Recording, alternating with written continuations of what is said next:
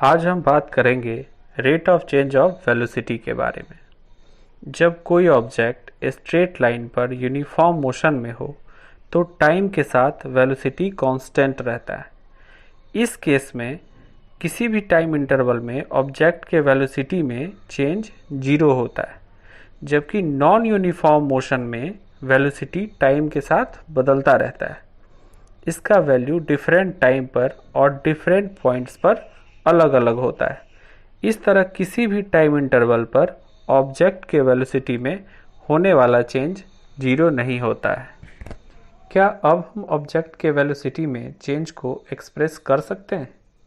इस तरह के क्वेश्चंस का आंसर देने के लिए हमें एक दूसरे फिजिकल क्वांटिटी के बारे में जानना होगा, जिसे एक्सेलरेशन कहते हैं, जो कि एक ऑब्जेक्ट के पर यूनिट टाइम में वेलोसिटी में होने वाले चेंज का मेजरमेंट है।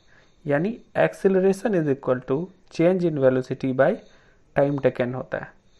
यदि एक ऑब्जेक्ट का वेलोसिटी इनिशियल वैल्यू u से t टाइम में बदलकर v हो जाता है तो acceleration a is equal to v minus u by t होगा। इस तरह के मोशन को एक्सेलरेटेड मोशन कहा जाता है। यदि एक्सेलरेशन वेलोसिटी के डायरेक्शन में है तो इसे पॉजिटिव लिया जाता है, और यदि यह वेलोसिटी के अपोजिट डायरेक्शन में है तो इसे निगेटिव लिया जाता है। यहाँ पर हम इसको थोड़ा और डिटेल में समझते हैं। जब आप कार की ब्रेक लगाते हो तो वेलोसिटी आगे के डायरेक्शन में होता है, लेकिन एक्सेलरेशन पीछे के डायरेक्शन में होता है, इसलिए एक्सेलरेशन निगेटिव होगा। इसे डी एक्सेलरेशन या रिटार्डेशन भी कहा जाता है। जब आप कार की स्पीड बढ़ा रहे होते हैं तो एक्सेलरेशन पॉजिटिव होता है, क्योंकि वेलोसिटी और एक्सेलरेशन दोनों आगे के डायरेक्शन में होते हैं, यानी फॉरवर्ड डायरेक्शन में होते हैं। यह एक वेक्टर क्वांटिटी है, यानी कि इसमें मैग्नीट्यूड के साथ डायरेक्शन भी होता है। एक्सेलरेशन का ऐसा यूनिट मीटर पर सेकेंड स्क्वायर होता है। यदि एक ऑब्जेक्ट स्ट्रेट लाइन में चलती है और इसका वेलोसिटी इक्वल टाइम इंटरवल में इक्वल अमाउंट में डिक्रीज या इंक्रीज होता है तो ऑब्जेक्ट के एक्सेलरेशन को यूनिफॉर्म एक्सेलरेशन कहा जाता है। फ्रीली गिर रहे किसी भी ऑब्जेक्ट का मोशन यूनिफॉर्मली एक्सेलरेटेड मोशन का एक एग्जाम्पल है। दूसरे तरफ एक ऑब्जेक्ट नॉन यूनिफॉर्म एक्सेलरेशन से चल सकती है यदि उसका वेलोसिटी नॉन यूनिफॉर्म रेट से चेंज होता है।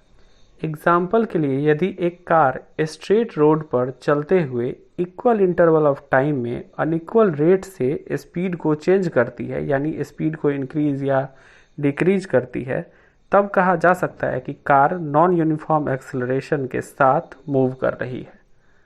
अब हम इस पर बेस्ड एक क्वेश्चन को सॉल्व करेंगे, जो कि इस प्रकार है। स्टेशनरी पोजीशन से, यानी कि बिल्कुल रुके हुए पोजीशन से राहुल अपनी साइकिल को चलाना शुरू करता है और 30 सेकेंड में 6 मीटर पर सेकेंड का वेलोसिटी प्राप्त करता है। वह इस प्रकार से ब्रेक लगाता है कि साइकिल का वेलोसिटी अगले 5 सेकेंड में कम होकर 4 मीटर पर सेकेंड हो जाता है। दोनों केसेस में साइकिल के एक्सेलरेशन को कैलकुलेट करें। तो चलिए इसे सॉल्व करते हैं। पहले केस में initial velocity u is equal to 0 है, final velocity v is equal to 6 metre पर सेकेंड है, और time t is equal to 30 seconds. अब यहाँ पर हम एक्सेलरेशन का रूल यूज़ करेंगे, जो कि होता है a is equal to v minus u by T.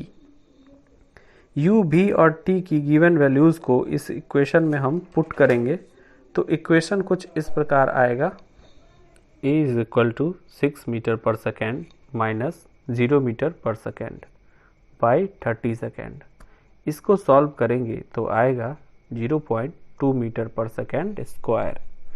दूसरे केस में initial velocity u is equal to 6 metre पर सेकेंड है, final velocity v is equal to 4 metre पर सेकेंड है, और time t is equal to 5 second है।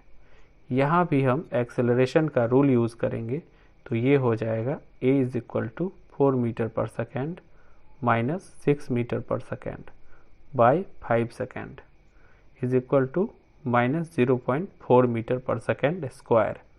Cycle का acceleration पहले केस में 0.2 मीटर पर सेकेंड स्क्वायर है और दूसरे केस में माइनस 0.04 मीटर पर सेकेंड स्क्वायर है, यानी कि दूसरे केस में रिटार्डेशन हो रहा है या कह सकते हैं निगेटिव एक्सेलरेशन हो रहा है।